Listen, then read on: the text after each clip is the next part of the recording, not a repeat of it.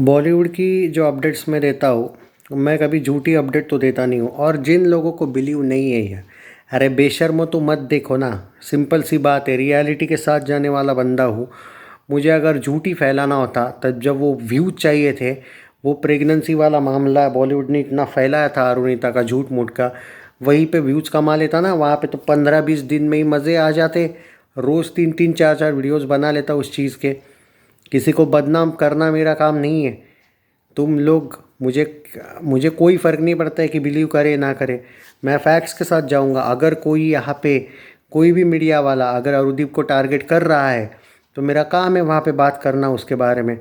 कुछ critic media houses है बॉलीवुड के जो करते हैं। हर एक बार के तरण आदर्श ने कहा कुछ बोला, भाई कोमल नाहटा ने कहा कुछ बोला, मैंने उनका नाम लिया क्या? बात यह है कि छोटे छोटे जो होते हैं बॉलीवुड में, ऐसे बहुत सी चीज़ें होती है। ये 2-3 क्रिटिक थोड़ी है बॉलीवुड में, कम से कम 100 छोटे मोटे क्रिटिक्स भी होते हैं जो नाम खराब करते रहते हैं या फिर नाम अच्छा भी करते रहते हैं। ऐसे भी कुछ होते हैं। अब बीच में मुझे याद है अरुणिता और पवनदीप का एक इंटरव्यू जब वो एक साथ हुआ करते थे, एक बॉलीवुड के ही क्रिटिक ने उनकी बहुत अच्छी तरीके से मुझे जितना याद है बिहार का एक कॉन्सर्ट था, वो उनका ऑलमोस्ट जब सब कुछ सही चल रहा था, लास्ट टाइम की बात कर रहा हूँ मैं, उसके बाद सब कुछ ख़राब हो गया था उनका। तो वो जो लास्ट कॉन्सर्ट था, लास्ट सेकंड लास्ट एक बिहार में हुआ था, नालंदा में हुआ था, मुझे याद नहीं, कहीं पे कॉन्सर्ट हुआ था ज़बरदस्त वाला। वहाँ पे उनका एक बहुत फेमस इंटरव्यू था। उस रिपोर्टर ने इतने ज़बरदस्त क्वेश्चन पूछे थे, ना ये दोनों को बुरा लगा, ना ही ये दोनों को कोई एक तरीके से क्या कहते हैं एम्बेरस फील हुआ एक दूसरे के साथ। तो ऐसे भी कुछ रिपोर्टर्स है बॉलीवुड में, ऐसा नहीं है। और बॉलीवुड के रिपोर्टर्स जो है वो कोई ऐसा नहीं है कि भाई वो सिर्फ बॉलीवुड के रिपोर्टर्स है। आपको क्या लगता है एबीपी न्यूज़, आज तक, ये जो सास बहू साजिश वगैरह कभी देखते हो या नहीं आप? तो ये जो रहता है सीरियल इंडस्ट्री के कुछ रिपोर्टर्स, वो तो बॉलीवुड के ही माने जाते हैं ना, क्योंकि वो कांटेक्ट तो बॉलीवुड का ही रहता है उनका। ऐसे जो लोग हैं जो बदनाम करते हैं अरुदीप को, उनके बारे में मैंने बात की। तो तुमको मिर्ची लगने की ज़रूरत ही नहीं है। तुम थोड़ी ना भाई उन लोगों के चेले हो, चमचे हो उन रिपोर्टर्स के। तुमको क्यों भाई पेट में दर्द हुआ? मैं तो अरुदीप की साइड लिया, अरुदीप के खिलाफ नहीं था मैं। शायद तुम लोगों को इस बात की भी मिर्ची लगी हो कि यार अरुदीप की साइड मत ही लो, इनको हेट फैलाओ। शायद तुमको उन दोनों के अगेंस्ट में कुछ बोलूँ तो मज़ा आ जाएगा शायद।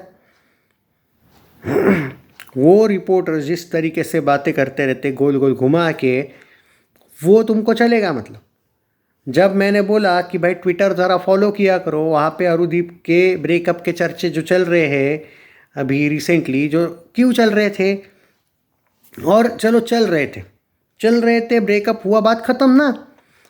उसके वजह से, नचिकेत के वजह से हुआ होगा, इनका कैरेक्टर ठीक नहीं है। यार तुम कौन होते हो बोलने वाले भाई? तो मैं उस बात पे हूँ। तुम लोगों को मिर्ची लग रही तो मैं करूँ क्या उसके लिए? मैं नहीं हूँ भाई। मेरे को कोई घंटा फर्क नहीं पड़ता, बिलीव करो ना करो। मैं फैक्ट्स के साथ जाने वाला बंदा हूँ। 1.5-2 साल से जितना भी तुम लोग मुझे जानते हो, तुम खुद जाने हो कि मैं कभी विदाउट प्रूफ नहीं बोला हूँ। और जो जो मैंने बोला वो बाद में सही भी हुआ था। SS3 को लेके तुम ही तो थे मेरे पास जब आते थे कि भाई SS3 में ही ब्रेकअप पक्का है। मुझे तो नहीं लगता है। मैंने क्या बोला था, सोनी टीवी ने भाई स्टंट किया है थोड़ा सा। थोड़ा जब रियलिटी शोज़ आते हैं तो थोड़ा बहुत इनको ड्रामा करने के लिए भी बोला जाता है। तो उन्होंने किए थे।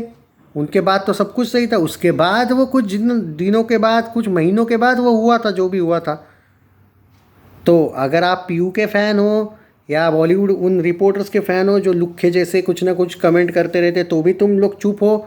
मैं चुप नहीं रहूँगा। तुम जैसा नकली फ़ैन नहीं हूँ मैं अरुदीप का।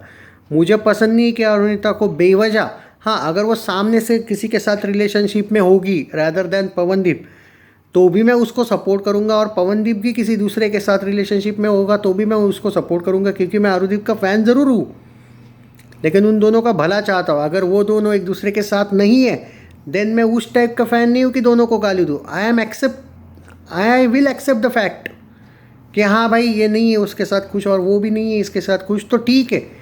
बट इसका मतलब ये नहीं होगा कि अरुणिता मेरी अब फेवरेट नहीं रही, पवनदीप फेवरेट नहीं रहा। ये जो बकचोदी है ना, वो मुझे पसंद नहीं है। तो उनको दो अपना अपना टाइम, उनको जिसके साथ रहना है रहने दो। पर उन बॉलीवुड के रिपोर्टर्स को मत अच्छा बोलो। अगर तुम्हारे पास कोई प्रूफ नहीं है तो उस बात का, क्योंकि देर आर मेनी, तुम लोग सिर्फ ये बोलते हो कि भाई ये कहाँ कुछ बोला, इंस्टेंट वाला, वायरल वाला। अरे ऐसे कितने तो होते हैं कि मतलब आप, अरे बॉलीवुड तो फॉलो किया करो भाई साहब।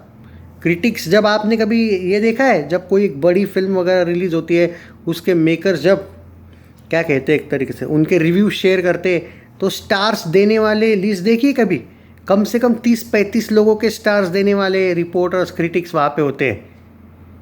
और ये तो 30-35 तो खाली मूवी वाले होते हैं। अगर मैं सीरियल और सिनेमास की बात करूँ, हर एक सेट की अगर बात करूँ का, आप कभी फिल्म सिटी गए हो?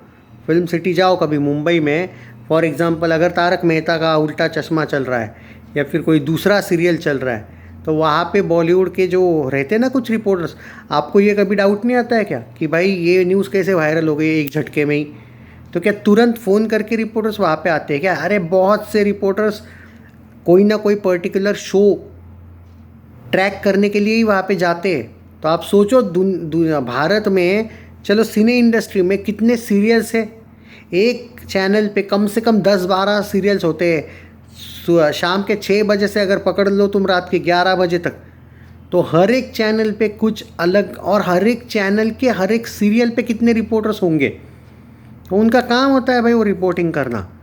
तो ये जो अभी छोटे मोटे रिपोर्टर्स हैं वो ट्विटर पे कुछ फैला रहे थे, उसको मैंने ट्रैक किया, तो तुमको बुरा लगने की क्या ज़रूरत है? तुम नहीं ढूंढ पाए उनको, तुमने एक बंदे ने भी सर्च किया नहीं होगा ट्विटर पे, मैं लिख के देता हूँ, आरुदीप ब्रेकअप वाला रीज़न वगैरह कुछ सर्च तो किया नहीं होगा, बस आ जाने का नहीं नहीं झूठे झूठे। तुमने क्या सर्च किया? तो मैं यही बात बोल रहा हूँ कि ऐसे लोगों को मैं रोज़ पेलूँगा। तुम लोगों को बुरा लगे तो तुम्हारी चॉइस है, मैं क्या कर सकता हूँ, लेकिन इनको बेवजह बदनाम नहीं होने दूंगा।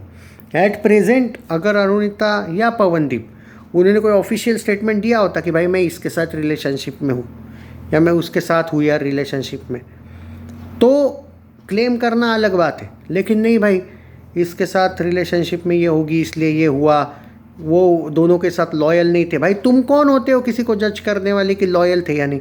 अरे तुम लोगों को तो भाई दोस्तों, कुछ लोगों को तो शर्म आनी चाहिए जो आरुदीप के फ़ैन अपने आप को ये बोलते हैं, और ऊपर से मेरे अगेंस्ट जाके तुम बोल रहे हो कि ये झूठ है। तुम लोगों को कुछ तो लगना चाहिए कि वो लोग क्या क्या बोल रहे हैं उनके बारे में, वो उनको कुछ नहीं कहना है तुमको। और ये क्यों हुआ?